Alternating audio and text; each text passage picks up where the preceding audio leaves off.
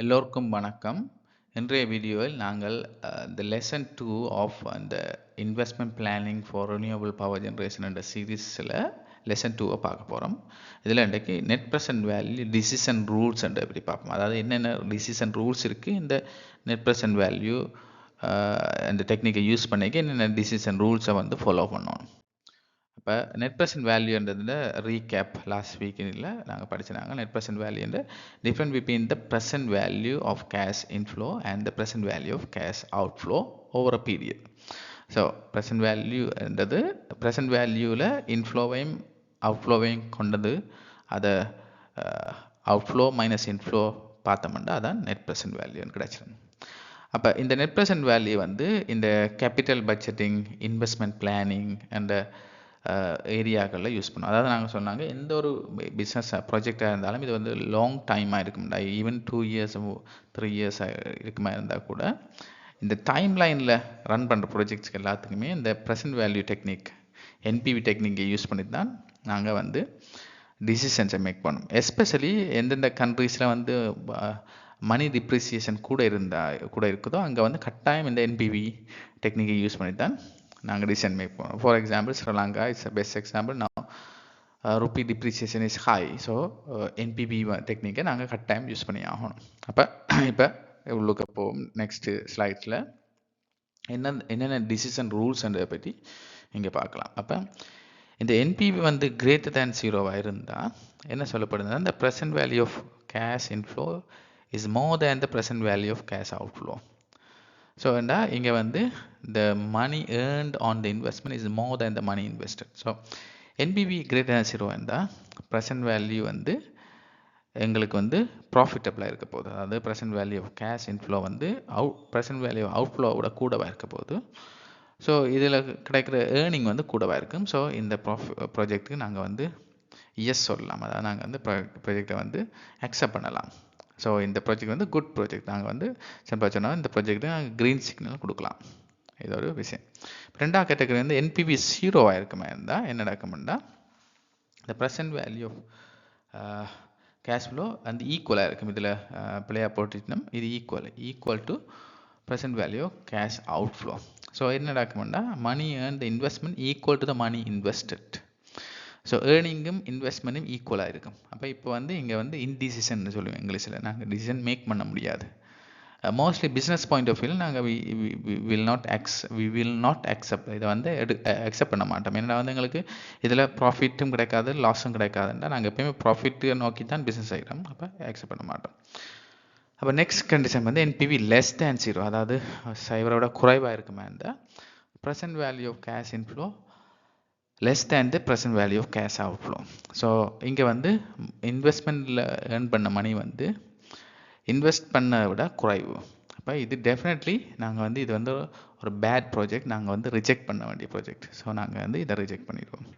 இதுதான் இந்த டீட்டெயில் ஒரு mathematic equation less than greater than equal இந்த விஷயத்தை வந்து நாங்கள் ஒரு லாஜிக்கல் அனாலிசிஸுக்குள்ளே கொண்டு வரோம். இதுதான் இந்த விஷயம்.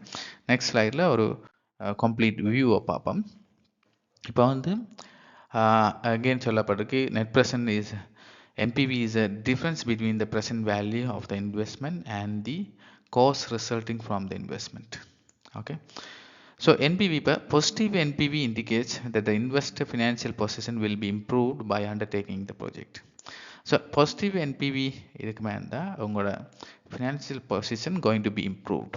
ஸோ நான் முதல்ல சொன்ன மாதிரி பாசிட்டிவ் என்பிவி என்றால் is a green signal, we can invest. So நாங்கள் வந்து அதை வந்து இன்வெஸ்ட்மெண்ட்டை மேக் பண்ணலாம்.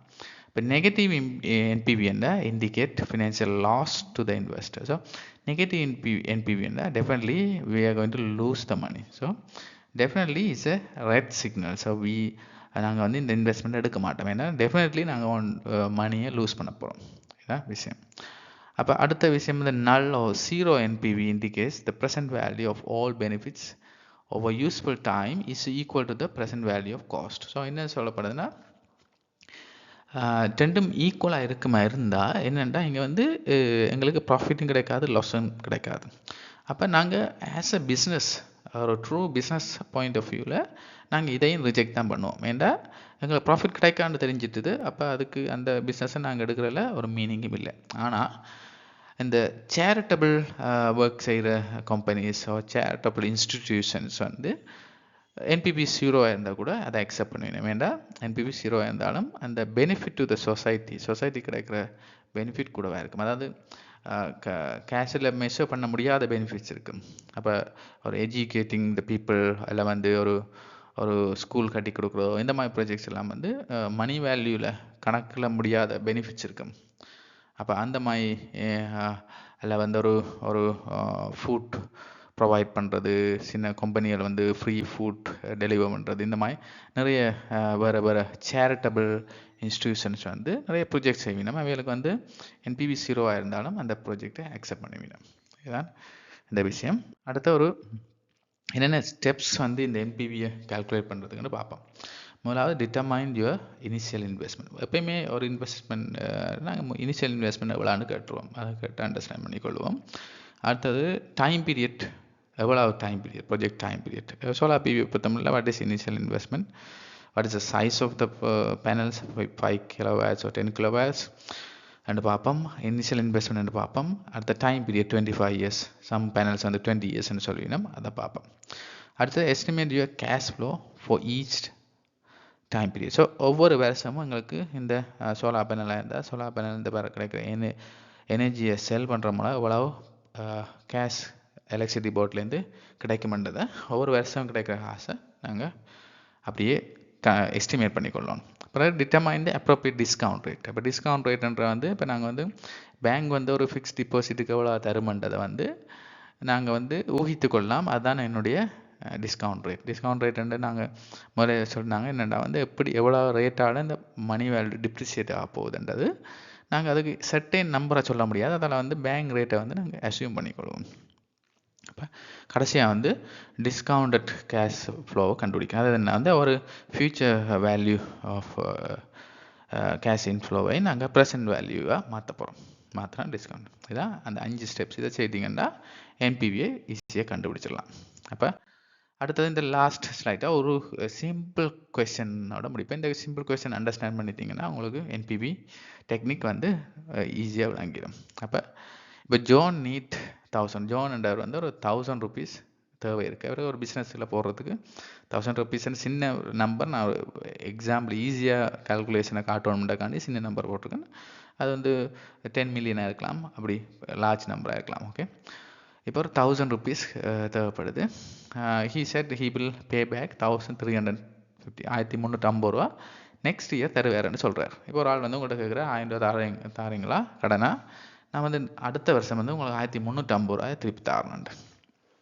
உடனே நீங்கள் யோசிப்பீங்க 350 ரூபா கூட இருக்குதானேன்ட்டு. உடனே நார்மல் மைண்ட் வந்து அப்படி தான் திங்க் பண்ணும். ஆனால் அது அந்த மை திங்கிங் வந்து இஸ் ராங். நாங்கள் வந்து அப்படி டிசிஷன் மேக் பண்ணக்கூடாது. இப்போ ப்ராப்பர் டிசிஷன் மேக்கிங்கை இன்றைக்கி பார்ப்போம். அப்போ is that good investment or not, considering 10% of discount rate. So currency value வந்து 10% குறைஞ்சு கொண்டே போகுது ஒவ்வொரு வருஷமும். அதை அஸ்யூம் பண்ணிக்கொண்டு, அதை நாங்கள் கன்சிடர் பண்ணிக்கொண்டு இந்த இன்வெஸ்ட்மெண்ட், இதை ஒரு இன்வெஸ்ட்மெண்ட்டாக பார்த்தோம்னா 1000 ரூபா இன்வெஸ்ட் பண்ணி 1350 ரூபா ஏர்ன் பண்ணுறது குட் இன்வெஸ்ட்மெண்ட்டாக இல்லையான்னு பார்க்க போகிறோம். அப்போ என்ன, இந்த கேஷ் அவுட்ஃப்ளோ வந்து 1000 rupees now. அப்போ you invested 1000 rupees now, so PV equal to minus 1000 rupees, because present value is a minus because it's a cash outflow minusல போடுவோம். அப்போ minus 1000 rupees. cash inflow வந்து 1350 next year. ஸோ அதுன்ற present value கண்டுபிடிக்கும். இப்போ நான் இந்த pen எடுத்தோம்னா இது வந்து அவுட்ஃப்ளோ வந்து இது நெக்ஸ்ட் இயரில். இந்த ப்ரெசன்ட் வேல்யூ கண்டுபிடிச்சோம்னா ப்ரெசன்ட் வேல்யூ வந்து ஈக்குவேஷன் அப்ளை பண்ணால் future value divide by 1 + r to the power r வந்து 0.10, ஏன்னா 10% தான் அந்த 10%. இது 1 போட்டிருக்கோம், ஏன்னா ஒரு 1 year n வந்து 1 தான், 1 year நெக்ஸ்ட் இயரே கிடைக்க போகுது. அப்போ அதை கண்டுபிடிச்சிங்கன்னா உங்களுக்கு 1227 rupees கிடைக்குது. அப்போ என்ன நடக்குன்னா இந்த 1350 ரூபா நெக்ஸ்ட் இயர் கிடைக்கிற வேல்யூ ஆக்சுவலி இந்த வருஷம் வந்து இந்த ப்ரெசன்ட் வேல்யூ வந்து 1227.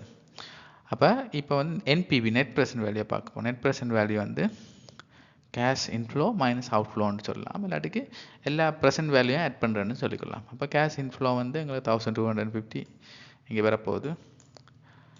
இது வந்து 1000 அப்படியே இங்கே வரப்போகுது, இந்த வேல்யூ 1000 ருபீஸ். ஆனால் எங்களுக்கு நெட்டாக வந்து 227 227 ரூபா 28% வந்து எங்களுக்கு என்பிவியாக கிடைக்க போகுது. அப்போ இப்போ வந்து இந்த என்பிவி பார்த்த உடனே நாங்கள் வந்து இதை அக்செப்ட் பண்ணலாம். ஏன்டா இந்த என்பிவி வந்து greater than 0. So we can accept. அப்போ நாங்கள் வந்து அக்செப்ட். இப்போ என்னமோ ஒரு குட்டி அனலைசிஸ் செய்யலாம். இது வந்து greater than 0ன்னா நாங்கள் என்பிவி 1 என்றாலும் greater than 0 தானே. இப்போ வந்து இந்த வேல்யூ வந்து 1 இருந்திருந்தால் கூட greater than 0ன்னு சொல்லுவோம். 1 என்றால் இந்த என்பிவி வந்து in case if NPV equal to 1, still we say is greater than 0. But இது வந்து கொஞ்சம் ஒரு பயத்தோடு தான் இதை நாங்கள் யூஸ் பண்ணுவோம், NPV 1 இருந்தால். ஆனால் இங்கே பார்த்தீங்கன்னா is 227 is a large number. So நாங்கள் வந்து டெஃபினட்டாக இதை வந்து அக்செப்ட் பண்ணுவோம்.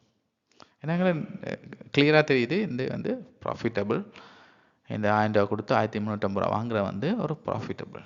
So NPV is positive and it is good. It is good ன்னு என்ன சொல்கிறோம்னா இந்த நம்பர் வந்து is a big number. So we can accept இந்த ப்ராஜெக்டை நாங்கள் இதை வந்து ஓமன்னு சொல்லி கொடுப்போம் நாங்கள். ஓகே, இதான் இதில் வந்து சிம்பிளாக வாங்கி கொள்ளலாம். NPV வந்து டெக்னிக்ஸ் வந்து எவ்வளவு யூஸ்ஃபுல்லாக இருக்குமெண்டு.